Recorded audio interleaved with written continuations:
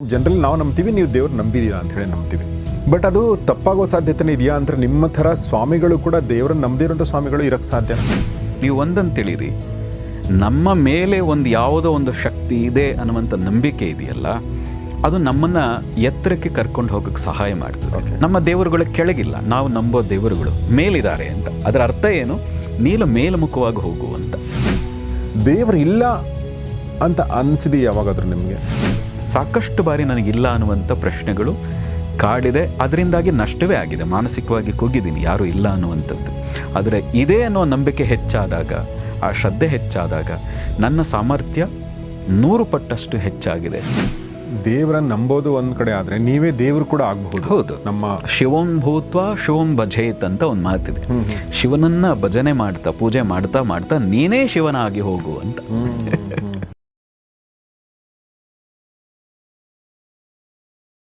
ಸ್ನೇಹಿತರೆ ನಮಸ್ಕಾರ. ಗೌರಿ ಶಕ್ಕಿ ಸ್ಟುಡಿಯೋದ ವಿಶೇಷ ಕಾರ್ಯಕ್ರಮ ಮಾನಸ ಸರೋವರ ನಿಮಗೆಲ್ಲ ಆತ್ಮೀಯ ಸ್ವಾಗತ. ನಾನು ಗೌರಿ ಶಕ್ಕಿ.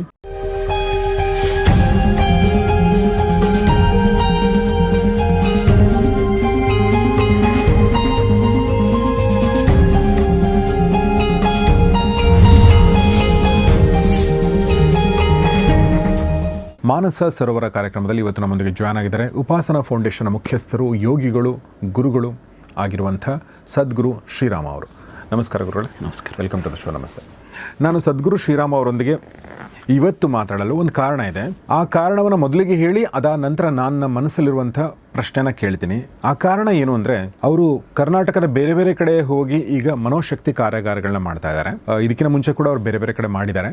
ಆದರೆ ಈಗ ಫೆಬ್ರವರಿ 1ನೇ ತಾರೀಕು, ಹೊಸ ವರ್ಷದಲ್ಲಿ ಭಾನುವಾರ ಫೆಬ್ರವರಿ 1ನೇ ತಾರೀಕು ಬೆಂಗಳೂರಿನ ಹೃದಯ ಭಾಗದಲ್ಲಿರುವಂಥ ಸೆಂಟ್ರಲ್ ಕಾಲೇಜಿನ ಜ್ಞಾನಜ್ಯೋತಿ ಸಭಾಂಗಣದಲ್ಲಿ ಬೆಳಗ್ಗೆ 9 ಗಂಟೆಯಿಂದ ಸಂಜೆ 5 ಗಂಟೆವರೆಗೆ ಅವರು ಮನೋಶಕ್ತಿ ಕಾರ್ಯಾಗಾರವನ್ನು ಮಾಡ್ತಾ ಇದ್ದಾರೆ. ಸೊ ನಾನು ಇದ್ರ ಬಗ್ಗೆ ಸುಮಾರು ಮಾತಾಡಿದ್ದೀವಿ. ಆದರೂ ಕೂಡ ನಿಮ್ಮ ಹೊಸಬರ ಅನುಕೂಲಕ್ಕಾಗಿ ಅಥವಾ ಈ ಕ್ಷಣದ ಒಂದು ನಾಲೆಡ್ಜ್ಗೆ ಏನಿದು ಮನೋಶಕ್ತಿ ಕಾರ್ಯಾಗಾರ ಅಂದರೆ ಗುರುಗಳೇ?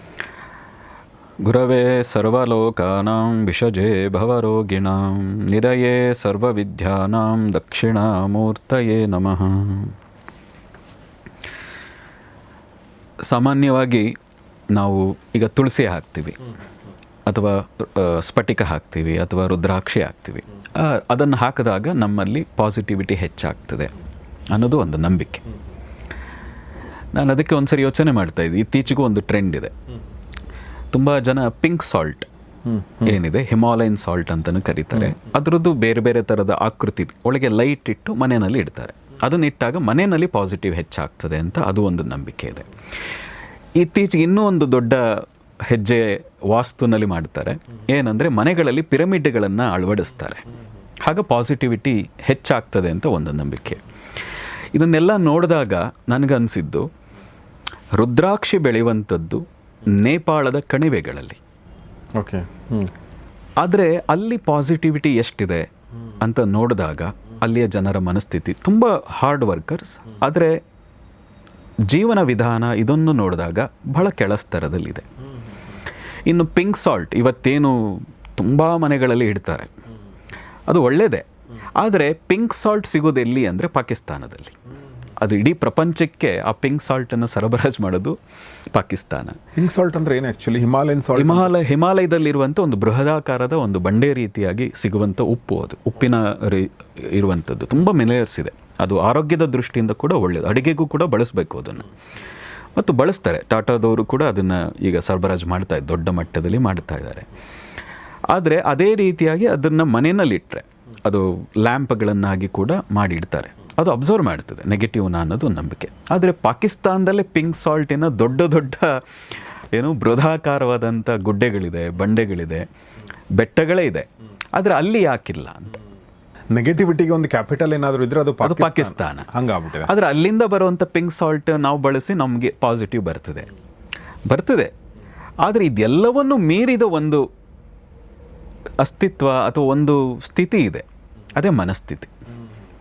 ಇದೆಲ್ಲವೂ ಪಾಸಿಟಿವ್ ಆಗ್ತದೆ. ರುದ್ರಾಕ್ಷಿ ಹಾಕಿದಾಗ ಒಳ್ಳೆಯದು, ಖಂಡಿತ ಒಳ್ಳೆಯದು. ಸ್ಫಟಿಕ ಹಾಕಿದಾಗ ನಮ್ಮಲ್ಲಿರುವಂಥ ನೆಗೆಟಿವ್ ಎಳೆದು ಹಾಕ್ತದೆ ಅನ್ನೋದಿದೆ, ಅದು ಸತ್ಯವೇ. ಆದರೆ ಇದೆಲ್ಲವೂ ಆಗಬೇಕಾದ್ರೆ ಇದೆಲ್ಲ ಬೋನಸ್ ಆಗಿ ಕೆಲಸ ಮಾಡೋದು. ಈಗ ನೀವು ಪಿರಮಿಡ್ಡೇ ನೋಡಿ, ಮನೆಗಳಲ್ಲಿ ಪಿರಮಿಡ್ ಇಡೋಕ್ಕೆ ಶುರು ಮಾಡಿದ್ದಾರೆ. ಪಿರಮಿಡ್ ಮೆಡಿಟೇಷನ್ ಅಂತ ಹೇಳ್ತಾರೆ. ಆದರೆ ಪಿರಮಿಡ್ಗಳು ಅತಿ ಹೆಚ್ಚಾಗಿ ಇರುವಂಥದ್ದು ಈಜಿಪ್ಟ್ನಲ್ಲಿ. ಆದರೆ ಅಲ್ಲಿಯ ಸ್ಥಿತಿಗಳನ್ನು ನೋಡಿದ್ರೆ, ಈಜಿಪ್ಟಿನ ಸ್ಥಿತಿ ನೋಡಿದ್ರೂ ಕೂಡ ಎಷ್ಟೊಂದು ದಯನೀಯವಾಗಿ ಅಲ್ಲಿಯ ಜನಜೀವನ ಆ ರೀತಿಯಾಗಿ ನಾವು ಕೇಳಿದ್ದೀವಿ. ಇದೆಲ್ಲವನ್ನು ನೋಡಿದಾಗ ನನಗನ್ಸಿದ್ದು ಇದಕ್ಕೆ ಮೀರಿದ್ದೇನು ಅಂದರೆ ಮನಸ್ಥಿತಿ. ನಮ್ಮ ಮನಸ್ಥಿತಿ ಬದಲಾಗದ ಹೊರತು ಇವೆಲ್ಲವೂ ಎಕ್ಸ್ಟರ್ನಲ್ ಏನಿದೆ ಅದು ನಮಗೆ ಸಪೋರ್ಟ್ ಮಾಡಲ್ಲ. ಹಾಗಾಗಿ ನಮ್ಮ ಪ್ರಾಚೀನ ಪರಂಪರೆಯಿಂದ ಹೇಳಿದ್ದು ಮನಸ್ಸೇ ಎಲ್ಲದಕ್ಕೂ ಕಾರಣ, ಮನಯೇವ ಮನುಷ್ಯಾಣಂ ಕಾರಣಂ ಬಂದ ಮೋಕ್ಷಯೋಹೋ ಅಂತ ಒಂದು ಉಪನಿಷತ್ತಿನ ವಾಕ್ಯ. ಇದರ ಆಧಾರದ ಮೇಲೆ ಇದೆಲ್ಲವೂ ಎಕ್ಸ್ಟರ್ನಲ್ ಬೋನಸ್ಸಾಗಿ ಕೆಲಸ ಮಾಡ್ತದೆ, ಹೌದಪ್ಪ. ಆದರೆ ನಿನ್ನ ಮನಸ್ಥಿತಿ, ಮನಸ್ಸು ಬದಲಾಗದೆ ಇನ್ಯಾವುದು ಬದಲಾಗಕ್ಕೆ ಸಾಧ್ಯ ಇಲ್ಲ. ನಿನ್ನ ಮನಸ್ಸು ಮೊದಲು ಬದಲಾದರೆ ಇವೆಲ್ಲವೂ ನಿನಗೆ ಪಾಸಿಟಿವ್ ಆಗಿ ರೆಸ್ಪಾನ್ಸ್ ಮಾಡ್ತದೆ. ಬರೀ ನೀನು ಅದ್ರ ಮೇಲೆ ಡಿಪೆಂಡ್ ಆಗೋದ್ರಿಂದಾಗಿ ಯಾವ ಉಪಯೋಗವೂ ಇಲ್ಲ ಅನ್ನೋ ಆಧಾರದ ಮೇಲೆ ನಮ್ಮ ಉಪನಿಷತ್ತುಗಳೇನು ಹೇಳಿದೆ, ನಮ್ಮ ಅಷ್ಟಾವಕ್ರ ಗೀತಾ, ಅವಧೂತ ಗೀತಾ, ಭಗವದ್ಗೀತಾ, ವಿಶೇಷವಾಗಿ ಯೋಗ ವಾಸಿಷ್ಠ, ಇವೆಲ್ಲವೂ ಏನು ಹೇಳಿದೆ ಅದೆಲ್ಲದರ ಸಾರ. ಎಲ್ಲವನ್ನೂ ಎಲ್ರಿಗೂ ಹೇಳೋಕ್ಕೂ ಕಷ್ಟ, ಅಷ್ಟು ವಿಸ್ತಾರವಾಗಿದೆ. ಆದರೆ ನಮ್ಮ ಜೀವನವನ್ನು ಬದಲಾಯಿಸ್ಕೋಬೇಕಾದ್ರೆ, ನಾನು ಅದಕ್ಕೆ ಒಂದು ಹೇಳೋದು, ಭಾವನೆ ಬದಲಾದರೆ ನಿಮ್ಮ ಭವಿಷ್ಯ ಬದಲಾಗ್ತದೆ. ಇವತ್ತು ಹೇಗಿದ್ದೀರೋ ನಾಳೆಗೂ ಹಾಗೆ ಇರಬಾರ್ದು. ನಾವು ಇನ್ನೂ ಉನ್ನತವಾಗಿ ಬದಲಾಗ್ತಾ ಹೋಗಬೇಕು, ಜೀವನ ಇನ್ನೂ ಉನ್ನತವಾಗ್ತಾ ಹೋಗಬೇಕು. ಹಾಗೆ ಆಗಬೇಕಾದ್ರೆ, ಅಂದರೆ ನಮ್ಮ ಭವಿಷ್ಯ ಬದಲಾಗಬೇಕಾದ್ರೆ ಮೊದಲು ನಿಮ್ಮ ಭಾವನೆ ಬದಲಾಗಬೇಕು. ಇದೆಲ್ಲವೂ ಬದಲಾಗಬೇಕಾದ್ರೆ ನಿಮ್ಮ ಮನಸ್ಸಿನ ಶಕ್ತಿ ಏನಿದೆ ಅದನ್ನು ಬಳಸ್ಕೊಳ್ಳೋದು ಗೊತ್ತಾಗಬೇಕು. ಹಾಗಾಗಿ ಮನೋಶಕ್ತಿ ಅನ್ನುವಂಥ ಕಾರ್ಯಾಗಾರದಲ್ಲಿ ನಿಮ್ಮ ಮನಸ್ಸಿನ ಸ್ಥಿತಿಯನ್ನು ಹೇಗಿಟ್ಕೊಂಡ್ರೆ ನಿಮ್ಮ ಗುರಿಯನ್ನು ತಲುಪಲಿಕ್ಕೆ ಸಾಧ್ಯ. ನಿಮ್ಮ ಗುರಿಯನ್ನು ನಿರ್ಣಯ ಮಾಡಬೇಕಾದ್ರೂ ಒಂದು ಕ್ಲಾರಿಟಿ ಬೇಕಲ್ಲ. ಈಗೆಲ್ಲ ಗುರಿ ಅದು ಕೂಡ ಹೇಗಾಗಿದೆ, ಯಾರೋ ಹೇಳಿದ್ದಾರೆ, ಇನ್ಯಾರೋ ಮಾಡ್ತಾ ಇದ್ದಾರೆ, ಇನ್ಯಾರೋ ಸಾಧಿಸಿದ್ದಾರೆ, ನಮಗೆ ಅವಶ್ಯಕತೆ ಇದೆಯೋ ಇಲ್ವೋ, ಅವರು ಅದೆಲ್ಲವನ್ನು ಕಲೆಕ್ಟ್ ಮಾಡಿಕೊಂಡು ನಮ್ಮ ಗುರಿ ಅಂತ ಅಂದ್ಕೊಳ್ತೀವಿ. ಒಂದು ಕ್ಲಾರಿಟಿ ಬೇಕಲ್ಲ, ಇದು ನನ್ನ ಗುರಿ ಅನ್ನೋದಕ್ಕೆ.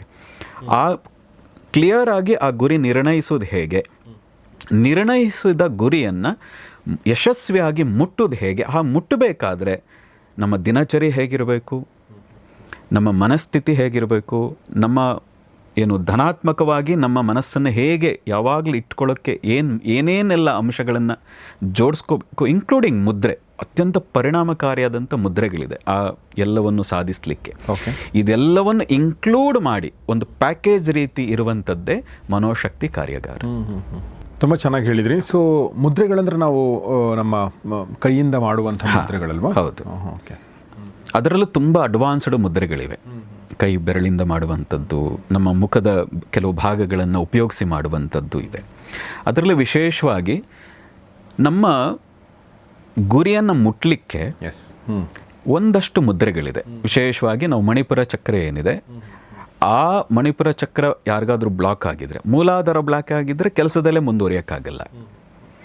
ಮಣಿಪುರ ಬ್ಲಾಕ್ ಆಗಿದ್ರೆ ಅಥವಾ ಸರಿಯಾಗಿ ಕೆಲಸವೇ ಮಾಡದೇ ಇದ್ದರೆ ನೀವೇನೇ ಕೆಲಸ ಮಾಡಿದ್ರೂ ಅದರಲ್ಲಿ ಪೂರ್ಣ ಆಗಲ್ಲ ಅನ್ನುವಂಥದ್ದು ಒಂದಿದೆ ಆಧ್ಯಾತ್ಮಿಕವಾಗಿ ಕೂಡ. ಹಾಗಾಗಿ ಈ ಎಲ್ಲ ಚಕ್ರಗಳನ್ನು ವಿಶೇಷವಾಗಿ ಮೂಲಾಧಾರ ಮತ್ತು ಮಣಿಪುರ ಚಕ್ರ ಏನಿದೆ ಅದು ಚೆನ್ನಾಗಿ ಕೆಲಸ ಮಾಡಲಿಕ್ಕೆ ಯಾವ ಮುದ್ರೆ ಮಾಡಿದರೆ ನಮ್ಮ ಗುರಿಯನ್ನು ತಲುಪಲಿಕ್ಕೆ ಅದು ಕೂಡ ಸಹಾಯ ಮಾಡ್ತದೆ. ಅದಕ್ಕೆ ಜೋಡಿಸಿರುವಂಥದ್ದು ಒಂದು ಮುದ್ರೆ ಅಡ್ವಾನ್ಸ್ಡ್ ಆಗಿ. ಸೊ ಹಾಗೆ ನಾನು ಇದ್ರ ಬಗ್ಗೆ ಜಾಸ್ತಿ ಕೇಳಕ್ಕೆ ಹೋಗಲ್ಲ, ಯಾಕಂದರೆ ಇದೆಲ್ಲವನ್ನೂ ಕೂಡ ನೀವು ಡೀಟೇಲ್ಡಾಗಿ ಕಲಿತ್ರೇ ನಮಗೆ ಅದು ಬೆನಿಫಿಟ್ ಆಗುತ್ತೆ ಮತ್ತು ಅದನ್ನು ಅಳವಡಿಸ್ಕೊಳ್ಳೋದು. ಈಗ ಕೇಳೋದು, ಇನ್ನೊಂದು ವಿಡಿಯೋ ನೋಡೋದ್ರಲ್ಲಿಂದ ಏನೋ ಇಟ್ಸ್ ಆಫ್ ನೋ ಯೂಸ್. ಯಾವುದನ್ನು ನೀವು ಅಂದರೆ ಯಾವುದನ್ನು ಇಂಪ್ಲಿಮೆಂಟ್ ಮಾಡ್ತಿರೋ ಅದರಿಂದನೇ ಬದಲಾಗುತ್ತೆ. ಮತ್ತು ಇಂಪ್ಲಿಮೆಂಟ್ ಮಾಡಬೇಕಂದ್ರೆ ನಿಮಗೆ ಒಂದಷ್ಟು ವಿಸ್ತೃತವಾದ ಆಳವಾದ ಮತ್ತು ಪ್ರಾಕ್ಟಿಕಲ್ ಆದ ನಾಲೆಜ್ ಬೇಕಾಗುತ್ತೆ. ಆ ದೃಷ್ಟಿಯಿಂದ ಗೌರಿಶಕ್ತಿ ಸ್ಟುಡಿಯೋ ಸ್ನೇಹಿತರೆಲ್ಲರೂ ಕೂಡ ಯಾರಿಗೆಲ್ಲ ಅವಶ್ಯಕತೆ ಇದೆಯೋ, ಆಸಕ್ತರಿದಿರೋ ಅವರು ದಯವಿಟ್ಟು ಈ ಕಾರ್ಯಾಗಾರಕ್ಕೆ ನೋಂದಾಯಿಸ್ಕೊಳ್ಳಿ. ಅದರ ಲಿಂಕನ್ನು ನಾನು ಡಿಸ್ಕ್ರಿಪ್ಷನಲ್ಲಿ ಹಾಕಿರ್ತೀನಿ. ಸದ್ಗುರು ಶ್ರೀರಾಮ್ ಅವರು ನಮ್ಮಲ್ಲಿ ತುಂಬ ಅದ್ಭುತವಾದ ವಿಚಾರಗಳನ್ನ ನಮ್ಗೆ ಹೇಳಿದ್ದಾರೆ. ತುಂಬ ಅದ್ಭುತವಾದ ವಿಡಿಯೋಗಳಿವೆ. ತುಂಬ ಜನ ಅದನ್ನು ನೋಡಿದರೆ ಇಷ್ಟಪಟ್ಟಿದ್ದಾರೆ. ಬಟ್ ತುಂಬ ಜನಕ್ಕೆ ಅವ್ರನ್ನ ಭೇಟಿ ಆಗಬೇಕು, ನೋಡಬೇಕು ಅಂತ ಕೂಡ ಇತ್ತು. ಅದು ಕೂಡ ನಮ್ಮ ಕಮೆಂಟಲ್ಲಿ ಸಿಗ್ತಿತ್ತು. ಸೊ ಅಂಥವ್ರಿಗೆಲ್ಲ ಒಂದು ಅವಕಾಶ ಇದು. ಮತ್ತು ಕೇವಲ ಭೇಟಿ ಆಗುವಂಥದ್ದಲ್ಲ, ಬದುಕನ್ನು ಬದಲಿಸುವಂಥ ಒಂದು ಕಾರ್ಯಾಗಾರವನ್ನು ಅಟೆಂಡ್ ಮಾಡುವಂಥ ಅವಕಾಶ ಕೂಡ ಸಿಗುತ್ತೆ. ಸೊ ಧನ್ಯವಾದ ಗುರುಗಳೇ, ಈ ವಿಚಾರಗಳು ನಮ್ಮ ಜೊತೆ ನೀವು ಹೇಳಿದ್ದಕ್ಕಾಗಿ. ಈ ವಿಚಾರದ ಬಗ್ಗೆ ನಾನು ಮತ್ತಷ್ಟು ಮಾತಾಡ್ತೀನಿ. ಬಟ್ ಅದಕ್ಕಿಂತ ಮುಂಚೆ ಇತ್ತೀಚೆಗೆ ನಡೆದ ಒಂದು ಸಂವಾದ ಮತ್ತು ಆ ಸಂವಾದದ ಕುರಿತಾಗಿ ನಿಮ್ಮ ಅನಿಸಿಕೆಗಳನ್ನ ಕೇಳೋಣ ಅಂತ ಅಂದ್ಕೊಂಡೆ. ಒಂದು ಯೂಟ್ಯೂಬ್ ಚಾನಲಲ್ಲಿ ಜಾವೇದ್ ಅಖ್ತರ್ ಅವರು, ಅಂದರೆ ನಮ್ಮ ಹಿರಿಯ ಬಾಲಿವುಡ್ನ ಅಂದರೆ ಹಿಂದಿ ಚಿತ್ರರಂಗದ ಕಥೆಗಾರ ಮತ್ತು ಗೀತ ರಚನೆಕಾರ, ಸಂಭಾಷಣೆಕಾರರು ಕೂಡ ಹೌದು, ಅವರು ಮತ್ತು ಒಬ್ಬ ಇಸ್ಲಾಂನ ಒಬ್ಬ ಮೌಲ್ವಿ ಅಂದರೆ ಒಬ್ಬ ಪಂಡಿತ, ಅವರಿಬ್ಬರ ಮಧ್ಯೆ ಒಂದು ಸಂವಾದ ನಡೆಯುತ್ತೆ. ಆ ಸಂವಾದದ ವಸ್ತು ಏನಂದರೆ ದೇವರಿದ್ದಾನೋ ಇಲ್ವೋ ಅನ್ನೋದು ಒಂದು ಚರ್ಚೆ. ಅದಕ್ಕೆ ಲಕ್ಷಾಂತರ ಕೋಟ್ಯಂತರ ಜನ ನೋಡಿದರೆ, ಸಾವಿರಾರು ಗಟ್ಟಲೆ ಕಮೆಂಟ್ಗಳು ಮತ್ತು ಅದರ ವಿಡಿಯೋಗಳು ವೈರಲ್ ಆಗ್ತಾಯಿವೆ. ಅವ್ರ ಬಗ್ಗೆ ಅವ್ರ ಪರ ಮಾತಾಡೋಂಥವ್ರು, ಇವ್ರ ಪರ ಮಾತಾಡೋಂಥವ್ರು, ಹೀಗೆ ನಡೀತಾ ಇದೆ. ಸೊ ನಾನು ಆ ಪ್ರಶ್ನೆ ನಿಮಗೆ ಕೇಳ್ತಾ ಇಲ್ಲ. ಆ ಪ್ರಶ್ನೆ ಕೇಳಿದರೆ ಬಹುಶಃ ಅದಕ್ಕೊಂದು ತುಂಬ ಸುದೀರ್ಘವಾದ ಉತ್ತರ ಕೊಡಬೇಕಾಗುತ್ತೆ. ನೀವು ಇನ್ನೊಂದು ಸಲ ನಾವು ಮಾತಾಡ್ಬೋದು ಕೂಡ. ಬಟ್ ನನ್ನ ಪ್ರಶ್ನೆ ಏನಂದರೆ, ಈ ಥರ ಸಂವಾದಗಳಿದೆಯಲ್ಲ, ಇದರಿಂದ ಎಷ್ಟು ಬೆನಿಫಿಟ್ ಆಗುತ್ತೆ, ಆಗಲ್ಲ ಅನ್ನೋದ್ರ ಬಗ್ಗೆ. ಒಂದೇನೆಂದರೆ, ಭಾರತ ಅಂತೂ ಸಂವಾದ, ಪ್ರಶ್ನೋತ್ತರ ಇವುಗಳಕ್ಕೆ ಭೂಮಿ ಒಂದು ರೀತಿ. ಗೊತ್ತಿದೆಯೋ ಗೊತ್ತಿಲ್ವೋ, ಪ್ರತಿಯೊಬ್ಬರು ಪ್ರಶ್ನೆ ಮಾಡ್ಬೋದು, ಪ್ರತಿಯೊಬ್ಬರು ಅದಕ್ಕೆ ಉತ್ತರ ಕೊಡಬಹುದು. ಓಕೆ. ಆದರೆ ಒಂದು ರೀತಿ ಕೆಲವರಿಗೆ ಅದೊಂದು ಉತ್ತರವಾಗಿ ಅನಿಸ್ಬಹುದು. ಅಂದರೆ ಹೌದಾ, ದೇವರಿದಾನ ಅಂತ ತನಗೆ ತಾನೇ ಪ್ರಶ್ನೆ ಹಾಕೊಳ್ಳೋಕೆ ಶುರು ಮಾಡಬಹುದು. ಹಾಗೆ ಪ್ರಶ್ನೆ ಹಾಕ್ಕೊಂಡು ಕೆಲವರಿಗೆ ಇಲ್ಲ ಅಂತ ಅನಿಸ್ಬೋದು, ಕೆಲವರಿಗೆ ಇದಾನೆ ಅಂತ ಅನಿಸ್ಬೋದು. ಆ ನಂಬಿಕೆ ಮೇಲೆ ಅವರ ಜೀವನ ಕಟ್ಕೊಳ್ಳೋಕ್ಕೆ ಸಹಾಯ ಆಗ್ಬೋದು. ಆದರೆ ಅದನ್ನು ನೆಗೆಟಿವ್ ಆಗಿ ತಗೋಬಾರ್ದು ಅಷ್ಟೆ. ಇದಾನೆ ಅಥವಾ ಇಲ್ಲ, ಭಾರತದಲ್ಲಿ ಎರಡಕ್ಕೂ ಬೆಲೆ ಇದೆ. ದೇವರಿದಾನೆ ಅಂತೀಯ, ಬಹಳ ಸಂತೋಷ ಅಂತ ನಂಬು ಅಂತ. ಅದಕ್ಕೆ ಮಹರ್ಷಿಗಳು ಅಂತ ಕರಿತೀವಿ. ಏನು ಬೇರೆ ಬೇರೆಯ ರೀತಿಯ ಸ್ಥಾನವನ್ನೇ ಕೊಟ್ಟಿದ್ದೀವಿ ದೇವತೆಗಳಿಗೂ ಕೂಡ. ಇಲ್ಲ, ನಾನು ನಂಬೋದೇ ಇಲ್ಲ, ದೇವರು ಇಲ್ಲ, ಯಾರೂ ಇಲ್ಲ, ಅದು ಬಹಳ ಸಂತೋಷ. ಚಾರ್ವಾಕ ಪರಂಪರೆ ಅಂತಲೇ ಒಂದಿದೆ. ದೇವರು ನಮ್ಮದೇ ಇದ್ರೂ ಅಡ್ಡಿ ಇಲ್ಲಪ್ಪ, ನಿನ್ನ ಮೇಲಾದರೂ ನಿನಗೆ ನಂಬಿಕೆ ಇದೆಯಾ? ಇದೆ ಅಂದರೆ ಸಾಕು. ನಿನ್ನ ಮೇಲೂ ನಿನಗೆ ನಂಬಿಕೆ ಇಲ್ಲದೆ ಅದರದ್ದು ಬಹಳ ಕಷ್ಟವಾದದ್ದು. ದೇವರು ನಮ್ಮದೇ ಇದ್ರೂ ಅಡ್ಡಿ ಇಲ್ಲ, ನಿನ್ನ ಅಸ್ತಿತ್ವನಾದರೂ ನೀನು ಕಂಡುಕೋ, ನೀನು ನಂಬು ಅನ್ನುವಂಥದ್ದು ಭಾರತದ ಪರಂಪರೆ. ಹಾಗಾಗಿ ಆ ರೀತಿ ನೆಗೆಟಿವ್ ಆಗಿ ತಗೊಳ್ಳದೆ ಅದನ್ನೇ ನಿಮಗೆ ನೀವು ಪ್ರಶ್ನೆ ಹಾಕೊಳ್ಳೋಕೆ ಸಾಧ್ಯ ಆದರೆ, ನಮ್ಮಲ್ಲಿ ನೋಡಿ, ನಾನು ಹೇಳಿದ್ದೀನಿ ಇದು ಫೈನಲ್ ಅನ್ನುವಂಥದ್ದು ನಮ್ಮಲ್ಲಿಲ್ಲ. ದೇವರಿದ್ದಾನೆ ಅಂತ ಒಬ್ಬ ಗುರು ಹೇಳಿದ್ರು, ಗುರುಗಳೇ ದೇವ್ರು ಹೇಗಿದ್ದಾನೆ ಅಂತ ಯಾರಾದರೂ ಕೇಳಿದ್ರೆ ಹುಡುಕು ನೀನು ಅಂತ. ನಾನು ಹೇಳೋದನ್ನು ನಂಬೇಕಾದಿಲ್ಲ, ಹುಡುಕು ದೇವ್ರು ಹೇಗಿದ್ದಾನೆ, ನನಗೆ ಕಾಣಿಸ್ತಾನ ಅನ್ನೋದನ್ನು ಹುಡುಕು ಅಂತ ಹೇಳಿದ್ದು ಪರಂಪರೆ ನಮ್ಮದು. ಹಾಗಾಗಿ ನಾನು ಹೇಳಿದ್ದೀನಿ ದೇವರಿದ್ದಾನೆ, ಮುಗಿದೋಯ್ತು. ಹಾಗಿಲ್ಲ ನಮ್ಮದು. ಇಲ್ಲ, ದೇವರಿಲ್ಲ, ಯಾರೂ ಇಲ್ಲ, ನಂಬಲೇಬೇಡ ಅಂತ ಹೇಳಿದ್ದೀನಿ, ಇನ್ಯಾರೋ ನಂಬಾರ್ದು, ಹಾಗೆ ಹೇಳುವಂಥದ್ದಿಲ್ಲವೇ ಇಲ್ಲ. ದೇವರಿದ್ದಾನೆ ಅಂತ ಅಂತೀಯ, ಒಪ್ಕೋ. ದೇವರಿಲ್ಲ ಅಂತೀಯ, ಅದನ್ನೂ ಒಪ್ಕೋ. ನಿನಗೆ ಯಾವುದು ಬೇಕೋ ಅದನ್ನು ಅಕ್ಸೆಪ್ಟ್ ಮಾಡ್ಕೋ, ಆ ದಾರಿಲಿ ನೀನು ಹೋಗು ಅಂತ. ಇದು ಭಾರತದ ವಿಶಾಲವಾದಂಥ ಜ್ಞಾನದ ಹರಿವು ಇದು.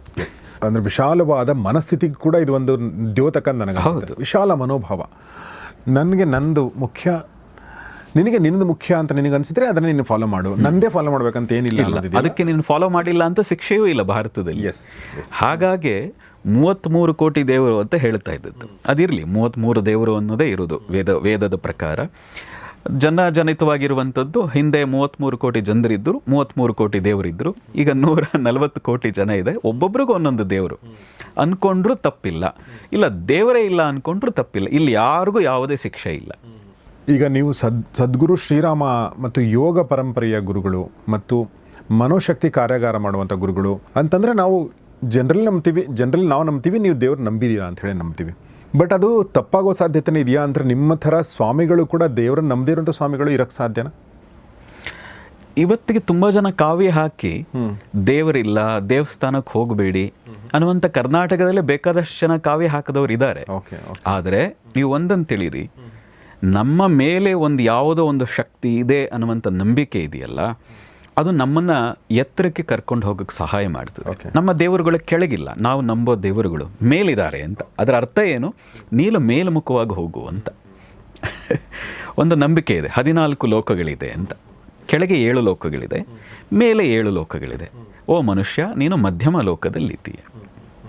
ಮಧ್ಯಮ ಲೋಕದಲ್ಲಿದೆ, ಕೆಳಗೂ ಇಲ್ಲ ಮೇಲೂ ಇಲ್ಲ. ಮನುಷ್ಯ, ನಿನಗೆ ಮಾತ್ರ ಸಾಧ್ಯ ಮೇಲಕ್ಕೆ ಹೋಗಬೇಕು ಕೆಳಕ್ಕೆ ಹೋಗಬೇಕು ನಿರ್ಧಾರ ಮಾಡೋದು ನಿನ್ನ ಕೈಲಿದೆ. ನಮ್ಮ ವೇದಾಂತಗಳು ಹೇಳೋದು, ದಾರ್ಶನಿಕರೇ ಹೇಳೋದು. ಕೆಳಗೆ ಹೋದರೆ ಅತಲ ಪತಲ ತಲಾತಲ ರಸಾತಲ ಅಂತಿದೆ, ಅಲ್ಲಿಗೆ ಹೋದರೆ ರಾಕ್ಷಸನಂತರ ಬದುಕ್ತೆ. ಅರ್ಥಾತ್ ಏನು? ಲೋಕಗಳಿದೆ ಅಂತಲೂ ಭಾವಿಸಬೇಡಿ. ನಿಮ್ಮ ಮನಸ್ಥಿತಿ ಕೆಳಗೆ ಹೋದಷ್ಟು ರಾಕ್ಷಸನಾಗ್ತೀಯ. ನೀನು ಮೇಲ್ಮುಖವಾಗಿ ಹೋಗು. ಭೂಲೋಕ, ಭುವರ್ಲೋಕ, ಸುವರ್ಲೋಕ ಅಂತೆಲ್ಲ ಇದೆ, ದೇವಲೋಕ, ಸತ್ಯಲೋಕ ಎಲ್ಲ ಇದೆ. ನೀನು ಮೇಲಕ್ಕೆ ಹೋಗು, ನೀನು ದೈವತ್ವಕ್ಕೆ ಇರಬಹುದು ಅಂತ. ನಮ್ಮ ಪರಂಪರೆ ಬಗ್ಗೆ ಆ ಮಾತು ಕೂಡ ಇದೆ. ಅಂದರೆ ದೇವರನ್ನು ನಂಬೋದು ಒಂದು ಕಡೆ ಆದರೆ ನೀವೇ ದೇವರು ಕೂಡ ಆಗಬಹುದು. ಹೌದು, ನಮ್ಮ ಶಿವಂ ಭೂತ್ವ ಶಿವಂ ಭಜೇತ್ ಅಂತ ಒಂದು ಮಾತಿದೆ. ಶಿವನನ್ನ ಭಜನೆ ಮಾಡ್ತಾ ಪೂಜೆ ಮಾಡ್ತಾ ಮಾಡ್ತಾ ನೀನೇ ಶಿವನಾಗಿ ಹೋಗು ಅಂತ. ಇದನ್ನೆಲ್ಲೂ ಸಿಗ್ಲಿಕ್ಕೆ ಸಾಧ್ಯವೇ ಇಲ್ಲ. ಹಾಗೆ ಯಾರಾದರೂ ಹೇಳಿದ್ರೆ, ಬೇರೆ ಕಡೆಗಳಲ್ಲಿ ಹೇಳಿದ್ರೆ ಅವ್ರು ತಗೊಂಡೋಗಿ ಹುಚ್ಚಾಸ್ಪತ್ರೆಗೆ ಸೇರಿಸ್ತಾರೆ, ಇಲ್ಲಿ ಏನಾದರೂ ಒಂದು ಘೋರವಾದ ಶಿಕ್ಷೆ ಕೊಟ್ಬಿಡ್ತಾರೆ ಅಷ್ಟೇ. ಹೌದು. ಸೊ ಅಂದರೆ ಮನುಷ್ಯ ಮತ್ತು ದೇವರ ಮಧ್ಯೆ ಒಂದು ಅಂತರ ಇದೆಯಲ್ಲ, ಆ ಅಂತರ ಇದೆ. ಆದರೆ ನೀವು ಆ ಅಂತರವನ್ನು ನೀವು ಕಡಿಮೆ ಮಾಡ್ಕೊಳ್ಬೋದು, ಅದು ಅಂತರ ಇಲ್ಲದ ಹಾಗೆ ಮಾಡ್ಕೋಬೋದು. ನೀವೇ ದೇವರಾಗ್ಬೋದು. ಅಂದರೆ ಈಗ ನಾನು ಸದ್ಗುರುಗಳ ಪಕ್ಕದಲ್ಲಿ ಕೂತ್ಕೊಂಡಿದ್ದೀನಿ, ಬಟ್ ನಾನು ಅವರ ಜ್ಞಾನಕ್ಕೆ ಸಮಾನಲ್ಲ, ಬಟ್ ಪಕ್ಕದಲ್ಲಿ ಕೂತ್ಕೊಳ್ಳೋಕೆ ಅವಕಾಶ ಇದೆ. ನಾನು ಸದ್ಗುರು ಆಗೋಕ್ಕೂ ಅವಕಾಶ ಇದೆ ಅನ್ನೋದು ಇದರ ಮಾತಿನ ತಾತ್ಪರ್ಯ. ನೋಡಿ, ಮತ್ತು ನೀವು ಹಾಗದೆ ನಿಮಗೆ ಅದರ ರುಚಿ ಗೊತ್ತಾಗಲ್ಲ ಅಂತ. ನೀವು ಅಪ್ಪ ಆಗದ ಹೊರತು ಅಪ್ಪ ಬೈತಾ ಇರ್ತಾರೆ, ನಿನಗಿನ್ನೂ ಗೊತ್ತಾಗಲ್ಲ, ನಿನಗೆ ಜವಾಬ್ದಾರಿ ಇಲ್ಲ, ನಾನು ಹೇಳೋದು ಅರ್ಥ ಆಗಲ್ಲ, ನೀನು ಬೇಕಾದಷ್ಟು ಖರ್ಚು ಮಾಡ್ತೀಯ, ನಾನು ಎಷ್ಟು ಕಷ್ಟಪಡ್ತಾ ಇದ್ದೀನಿ ನಿನಗೆ ಅರ್ಥ ಆಗ್ತಾ ಇಲ್ಲ ಅಂತ. ನೀವು ಅಪ್ಪ ಆದಾಗ ನಮ್ಮಪ್ಪ ಏನು ಮಾಡಿರ್ಬೋದು, ಎಷ್ಟು ಕಷ್ಟಪಟ್ಟಿರಬಹುದು ಅಂತ ಗೊತ್ತಾಗ್ತದೆ ಅಲ್ವಾ? ಹಾಗೆ ನೀವು ದೈವತ್ವಕ್ಕೆ ಏರದ ಹೊರತು ಆ ದೇವರು ಅಂದ್ರೆ ಏನು ಅಂತ ಗೊತ್ತಾಗಲ್ಲ. ಆ ದೈವತ್ವಕ್ಕೆ ಏರ್ಲಿಕ್ಕೆ ಪ್ರತಿಯೊಬ್ಬರಿಗೂ ಅರ್ಹತೆ ಇದೆ, ಪ್ರತಿಯೊಬ್ಬರಿಗೂ ಸಾಮರ್ಥ್ಯ ಇದೆ, ಪ್ರತಿಯೊಬ್ಬರಿಗೂ ಸಾಧ್ಯತೆ ಇದೆ. ದೈವತ್ವಕ್ಕೆ ಏರುವಂಥ ಒಂದು ಸೂತ್ರನ ನಾನು ಕೇಳಿ ಅಂತ ನಿಮಗೆ ಕೇಳಬೇಕು ಅಂದ್ಕೊಂಡೆ. ಬಟ್ ಅದಕ್ಕಿಂತ ಮುಂಚೆ ಇನ್ನೊಂದು ಪ್ರಶ್ನೆ ಬಂತು. ದೇವರು ಇಲ್ಲ ಅಂತ ಅನಿಸಿದೆ ಯಾವಾಗಾದರೂ ನಿಮಗೆ? ಸಾಕಷ್ಟು ಬಾರಿ ಅನಿಸಿದೆ. ಓಕೆ, ತುಂಬ ಬಾರಿ ಪ್ರಶ್ನೆಗಳಿದೆ, ನಿಜಕ್ಕೂ ದೇವರಿದಾನ, ಹೀಗಾಯ್ತಲ್ಲ ಯಾಕಿದೆ ಅಂತ. ಒಂದ್ಸರಿ ಭಾಳ ಚಿಕ್ಕನ್ನಿನಲ್ಲಿ ಒಂದ್ಸರಿ ಅನಿಸಿತ್ತು. ವಾಸುದೇವ ಬಲವಂತ ಪಡಿಕೆ ಅಂತ ಪ್ರಥಮ ಸ್ವತಂತ್ರ ಹೋರಾಟಗಾರ ಅಂತಲೇ ಕರೀತಾರೆ. ಅವ್ರದ್ದೊಂದು ಪುಸ್ತಕ ಓದ್ತಾ ಇದ್ದೆ. ಅವರು ಸುಸ್ತಾಗಿ ಹೋರಾಟ ಮಾಡಿ ಆತ್ಮಹತ್ಯೆ ಮಾಡ್ಕೋಬೇಕು ಅನ್ನುವ ಕ್ಷಣ ಅವರು ಒಂದು ದೇವಸ್ಥಾನಕ್ಕೆ ಹೋಗಿರ್ತಾರೆ. ಆ ದೇವಸ್ಥಾನದಲ್ಲಿ ಕೂತು ಏನೋ ಪ್ರಾರ್ಥನೆ ಏನೋ ಮಾಡ್ತಾರೆ, ಅಷ್ಟು ನೆನಪಿಲ್ಲ, ಭಾಳ ಹಿಂದೆ ಓದಿದ್ದದು. ಇಷ್ಟೇ ನನಗಾಗ್ತಾ ಇರೋದು ಅಂಥೇಳಿ ತಮಗೆ ತಾವೇ ಖಡ್ಗವನ್ನು ಬೀಸ್ಕೊಳಕ್ಕೆ ಹೋಗ್ತಾರೆ. ಆಗ ಪುರೋಹಿತರು ಬಂದು ತಡೆದು, ಅದಾದ ನಂತರ ಮತ್ತೆ ಅವ್ರಿಗೆ ಅನ್ನಿಸ್ತಾ ಇಲ್ಲ ನನಗೆ ಎಷ್ಟು ಸಾಧ್ಯ ಅಷ್ಟು ಹೋರಾಟ ಮಾಡಬೇಕು ಅಂತ. ಅದನ್ನು ಓದಿದಾಗ ಅನ್ನಿಸ್ತಾರೆ, ನಿಜಕ್ಕೂ ದೇವರು ಇದ್ದಿದ್ದರೆ ನಮ್ಮ ದೇಶಕ್ಕೆ ಯಾಕೆ ಸ್ವತಂತ್ರ ತಂದು ಕೊಡ್ಬಾರ್ದಾಗಿತ್ತು. ಪಾಪ ಅಷ್ಟು ಹೋರಾಟ, ಇಡೀ ಜೀವನವನ್ನೇ ತ್ಯಾಗ ಮಾಡಿದ ವಾಸುದೇವ ಬಲವಂತ ಪಡಿಕೆ ಯಾಕೆ ಅಷ್ಟು ನಂಬ್ತಾ ಇದ್ದ ದೇವರನ್ನು, ಅವನಿಗೆ ಯಾಕೆ ಸಹಾಯ ಮಾಡಲಿಲ್ಲ? ಹಾಗಾಗಿ ಬಹುಶಃ ದೇವರಿಲ್ಲ ಅನ್ನುವಂಥದ್ದು ಫಸ್ಟ್ ಅನಿಸಿತ್ತು ಅವಾಗ. ಆ ರೀತಿ ನಮ್ಮ ಜೀವನದಲ್ಲೂ ಏರುಪೇರುಗಳಾದಾಗ ಬಿದ್ದಾಗೆಲ್ಲ ಇಲ್ಲ ಬಹುಶಃ ನಾವಿಷ್ಟು ನಂಬಿದ್ದೀವಿ, ದೇವರಿಲ್ಲ ಅನ್ನೋ ಭಾವವೂ ಬಂದಿದೆ.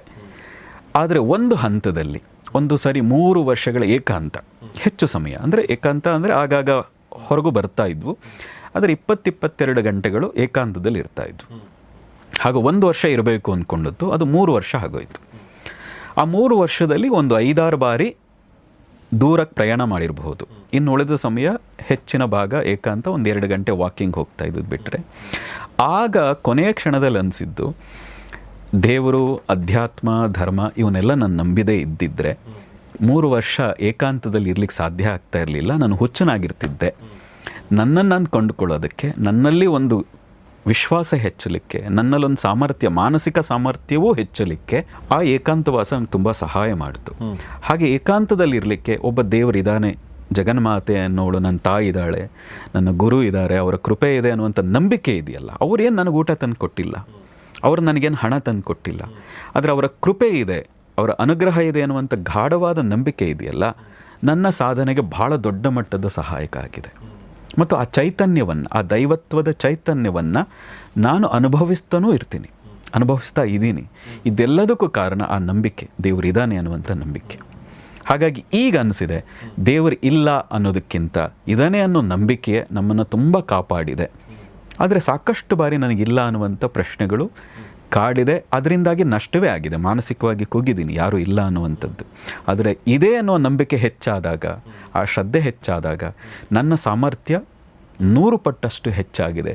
ಯಾರು ಇದ್ದರೂ, ಯಾರು ಇಲ್ಲದೆ ಹೋದರೂ, ಯಾರು ಹೊಗಳಿದ್ರು, ಯಾರು ತೆಗಳಿದ್ರು, ನನ್ನನ್ನು ಕಾಪಾಡುವಂಥ ಒಂದು ದಿವ್ಯ ಶಕ್ತಿ ನನ್ನ ತಾಯಿಯ ಸ್ವರೂಪದಲ್ಲಿ ಜಗನ್ಮಾತೆ ಇದ್ದಾಳೆ ಅನ್ನುವಂಥ ಒಂದು ಗಾಢವಾದ ನಂಬಿಕೆ ಇದೆಯಲ್ಲ, ಇಲ್ಲಿವರೆಗೆ ನನ್ನನ್ನು ಬಹಳ ದೊಡ್ಡ ಮಟ್ಟದಲ್ಲಿ ಎತ್ತಿ ನಿಲ್ಲಿಸಿದೆ ಅಂತ.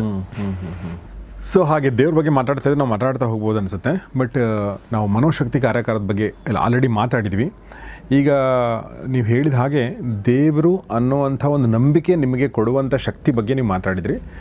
ಓಕೆ, ದೇವರಿಲ್ಲ ಅನ್ನೋ ನಂಬಿಕೆ ನಿಮಗೆ ಏನಾದರೂ ಶಕ್ತಿ ಕೊಟ್ಟರೆ ತೊಂದರೆ ಇಲ್ಲ. ಸೊ ಹೀಗಾಗಿ ಅಂದರೆ ನಿಮಗೆ ನಿಮ್ಮ ಮೇಲೆ ನಂಬಿಕೆ ಇದ್ದರೆ ಓಕೆ, ಸೊ ಅದೇನು ತೊಂದರೆ ಇಲ್ಲ, ಅದರಲ್ಲೂ ಆ ದಾರಿಯಲ್ಲೂ ಕೂಡ ನೀವು ಮುಂದೆ ಹೋಗ್ಬೋದು ಅನ್ನೋದೇ ನಮ್ಮ ಪರಂಪರೆ. ಬಟ್ ಯೂಶ್ವಲಿ ನಾವು ಯಾಕೆ ಆ ದಾರಿನ ಆಯ್ಕೆ ಮಾಡ್ಕೊಳ್ಳೋದು ಈ ದಾರಿನ ಆಯ್ಕೆ ಮಾಡ್ಕೊಳ್ತೀವಿ ಅಂತಂದರೆ ನನಗೆ ಗೊತ್ತಿಲ್ಲ. ನಮ್ಮ ಜಸ್ಟ್ ಅಂದರೆ ಈಗ ನಮಗೆ ಮೀರಿದ ನಮ್ಮ ಮನಸ್ಸಿಗೆ ಮೀರಿದಂಥ ಸಮಸ್ಯೆಗಳು, ನಮಗೆ ಸಾಲ್ವ್ ಮಾಡೋಕ್ಕಾಗದಿರುವಂಥ ಸಂಕಷ್ಟದ ಸ್ಥಿತಿಗಳೆಲ್ಲವೂ ಬಂದಾಗ, ಅಥವಾ ನಮ್ಮ ಸುತ್ತಮುತ್ತ ಇರೋರು ಕೂಡ ನಮ್ಮನ್ನು ಯಾರು ಹೆಲ್ಪ್ ಮಾಡೋಕ್ಕೆ ಸಾಧ್ಯ ಇಲ್ಲ ಅಂತ ಅಂದಾಗ ನಾವು ಯಾರನ್ನ ಆಶ್ರಯಿಸಬೇಕು ಅನ್ನೋ ಪ್ರಶ್ನೆ ಬರುತ್ತೆ. ಹೌದು, ಪ್ರಾಯಶಃ ಅದೇ ಕಾರಣಕ್ಕೆ ಹೌದು. ನಾವು ನೋಡಿ, ನೀವು ಸಾಮಾನ್ಯ ಹಳ್ಳಿಗೆ ಹೋಗಿ ಏನು ಇಷ್ಟು ಕಷ್ಟಪಡ್ತಾ ಇದ್ದೀರಿ ಅನ್ನಿ, ಎಲ್ಲ ದೇವ್ರ ಕೃಪೆ ಅಂತಾರೆ. ಯಾಕೆ ನೀವು ಹಳ್ಳಿ ಸಾಮಾನ್ಯ ಅವನ ಅಜ್ಞಾನಿ, ತುಂಬ ಒಳ್ಳೆ ಕೆಲಸ, ರೈತ ತುಂಬ ಚೆನ್ನಾಗಿ ದುಡಿತಾ ಇದ್ದಾನೆ, ಅವ್ನು ಕೇಳಿ ಏನು ಇಷ್ಟು ಚೆನ್ನಾಗಿಲ್ಲ, ಎಲ್ಲ ದೇವ್ರ ಕೃಪೆ ಅಂತಾನೆ. ನಾನು ಅನ್ನೋದು ಬಂದಿದ್ದಿದ್ರೆ ಅವನನ್ನು ಹಿಡಿಲಿಕ್ಕೂ ಆಗ್ತಿರ್ಲಿಲ್ಲ, ಅಥವಾ ಕುಗ್ಗಿದಾಗ ಅವನು ಸುಸೈಡ್ ಕೂಡ ಮಾಡ್ಕೋಬೋದು. ಆದರೆ ಆ ದೇವರಿದ್ದಾನೆ, ಒಬ್ಬ ಸಾಮಾನ್ಯ, ಅವನು ಓದಿಲ್ಲ, ಬರೆಯೋಕ್ಕೆ ಗೊತ್ತಿಲ್ಲ ಅಂತ ಸಾಮಾನ್ಯ ಹಳ್ಳಿಯ ಹೆಣ್ಣು ಮಗಳನ್ನು ಕೇಳಿ ಅದೇ ಕಾರಣದಿಂದ ಇದುವರೆಗೆ ಮಾನಸಿಕ ಕಾಯಿಲೆಗಳು ಕಡಿಮೆ ಇತ್ತು ಈ ದೇಶದಲ್ಲಿ ಒಂದು ಹಂತದಲ್ಲಿ. ನೋಡಿ, ಅಲ್ಲಿ ಪಾಶ್ಚಿಮಾತ್ಯರಿಗೆ ಯಾರು ದೇವರಿದ್ದಾನೆ ಅನ್ನೋದು, ಗಾಡಿ ಇದ್ದಾನೆ ಅಂತ ಹೇಳಿದ್ರು ಕೂಡ ಅಲ್ಲಿ ತುಂಬ ತುಮಲಗಳು. ಆದರೆ ಭಾರತದಲ್ಲಿ ಅದಿರಲಿಲ್ಲ. ಇತ್ತೀಚೆಗೆ ಸ್ವಲ್ಪ ಜಾಸ್ತಿ ಆಗ್ತಾ ಇದೆ, ಯಾಕೆಂದರೆ ಸ್ವಲ್ಪ ಬೇರೆ ಬೇರೆಯವರ ಮಾತುಗಳನ್ನು ಕೇಳಿ ಗೊಂದಲಕ್ಕೆ ಬೀಳ್ತಾ ಇದ್ದಾರೆ ಇವತ್ತು ಸೋಷಿಯಲ್ ಮೀಡಿಯಾ ಪ್ರಭಾವ ಇರೋದ್ರಿಂದಾಗಿ. ಆದರೆ ಹಿಂದಿನಿಂದ ನಾನು ತುಂಬ ಹಳ್ಳಿಗಳಲ್ಲಿ ಓಡಾಡಿದ್ದೀನಿ. ಕರ್ನಾಟಕದ ಎಷ್ಟು ಹಳ್ಳಿಗಳಲ್ಲಿ ಕಾಡು ಜನರಿಂದ ಹಿಡಿದು ಎಷ್ಟು ಓಡಾಡಿದ್ದೀನಿ. ಅವ್ರು ಎಲ್ಲರೂ ಅದ್ಭುತವಾಗಿ ಆರಾಮವಾಗಿ ಬದುಕ್ತಾ ಇದ್ರು. ಯಾಕೆ ಅಂತ ಅವ್ರು ಪ್ರತಿ ಸರಿ ಕೇಳಿದ್ರೆ, ಭಗವಂತ ಇದನ್ನು ನೋಡ್ಕೊಳ್ತಾನೆ ಬಿಡು ಅಂತ. ಈ ನಂಬಿಕೆ ಎಷ್ಟೋ ಜನರ ಜೀವನವನ್ನು ಉದ್ಧಾರ ಮಾಡಿಬಿಟ್ಟಿದೆ. ಅದ್ಭುತವಾಗಿ ಬದುಕ್ತಾ ಇದ್ದಾರೆ, ಜೀವನ ಕಟ್ಕೊಂಡವ್ರಿದ್ದಾರೆ. ಅದರಲ್ಲಿ ಜೀವನ ಕಳ್ಕೊಂಡವ್ರ ಪ್ರಮಾಣ ನೀವು ಹುಡುಕಿದ್ರೆ ನಿಮಗೆ 1% ಸಿಗಲ್ಲ. ಗುರುಗಳೇ, ಕೊನೆಯದಾಗಿ ನಾನು ಏನು ಕೇಳ್ಬೇಕು ಅಂದ್ಕೊಂಡೆ ಅಂತಂದರೆ, ದೇವ್ರಿದಾನೆ ಅಂತ ನಿಮಗೆ, ಅಂದರೆ ನೀವು ಆ ಒಂದು ಏಕಾಂತವಾಸದ ಬಗ್ಗೆ ಎಲ್ಲ ಹೇಳಿದ್ರಿ, ಬಟ್ ಕೆಲವೊಂದು ಘಟನೆಗಳು ನಡೀತವೆ. ಓಕೆ, ಆ ಘಟನೆಗಳ ಮೂಲಕ ನಮ್ಮ ನಂಬಿಕೆ ಬಲ ಆಗ್ತಾ ಹೋಗುತ್ತೆ. ಓಕೆ, ಅದು ಕಾಕತಾಳಿ ಅನಿಸ್ಬೋದು, ಅದು ಏನೋ ಅನಿಸ್ಬೋದು, ಅದು ಏನೋ ಒಂದು ಆ ಟೈಮಲ್ಲಿ ಹಂಗೆ ಅನಿಸುತ್ತೆ. ಕೇಳೋರ್ಗೂ ಅದು ನಂಬಿಕೆ ಬರೆದಿರ್ಬೋದು, ಬಟ್ ನಮಗೆ ಗೊತ್ತಾಗುತ್ತೆ, ಅಥವಾ ನಿಮಗೆ ಗೊತ್ತಾಗಿರ್ಬೋದು, ಓ ಇದು ಈ ಟೈಮಲ್ಲಿ ನನಗೆ ಇವ್ರು ಬಂದದ್ದು ಅಥವಾ ಈ ಥರ ಆಗಿದ್ದು ನನಗೆ, ಅಂದರೆ ಆ ನಂಬಿಕೆ ನಿಮಗೆ ಬಲಗೊಳ್ಳುತ್ತೆ. ಆ ಥರದ್ದು ಏನಾದರೂ ಇನ್ಸಿಡೆಂಟ್ ಇದೆಯಾ ನಿಮ್ಮ ಲೈಫಿಂದ? ನೋಡಿ, 2ನೇ ಬಾರಿ ನಾನು 2013 ಕಾಶಿಗೆ ಹೋದಾಗ, ಪ್ರಯಾಗರಾಜ ಕುಂಭಮೇಳಕ್ಕೆ ಹೋದಾಗ, ನಾನು ಯಾರು ಅಂತ 2010 ಹಿಮಾಲಯದಲ್ಲೇ ಇದ್ದೆ. ಅದೇ ಟೈಮಲ್ಲಿ ಕುಂಭಮೇಳವು ನಡೀತಾ ಇತ್ತು. ನಾನು ಋಷಿಕೇಶದಲ್ಲಿ ಅಲಿತಾ ಇದ್ದೆ, ಅಲ್ಲಿಯ ಬೇರೆ ಬೇರೆ ಭಾಗಗಳಲ್ಲಿ. ಆದರೆ ಅಲ್ಲಿ ಎಲ್ಲಿ ಉಳಿಬೇಕು ಗೊತ್ತಿಲ್ಲ, ಯಾರನ್ನ ಮಾತಾಡಿಸ್ಬೇಕು ಅಂದರೆ ಒಂದು ರೀತಿ ಅಂಜಿಕೆಯೂ ಇತ್ತು ನನಗೆ. ಮತ್ತು ಯಾರೋ ನಂಬ್ತಾನೂ ಇರಲಿಲ್ಲ. ID ಕೇಳೋರು, ಪರಿಚಯ ಪತ್ರ ಕೇಳೋರು, ಎಲ್ಲಿ ಉಳಿಬೇಕು ಗೊತ್ತಿಲ್ಲ. ಸೇತುವೆಗಳ ಮೇಲೆ ಮಲಗ್ತಾ ಇದ್ದೆ, ಯಾವುದೋ ಅಲ್ಲಿ ಇನ್ಯಾವುದೋ ದೇವಸ್ಥಾನದಲ್ಲಿ ಮಲಗ್ತಾ ಇದ್ದೆ.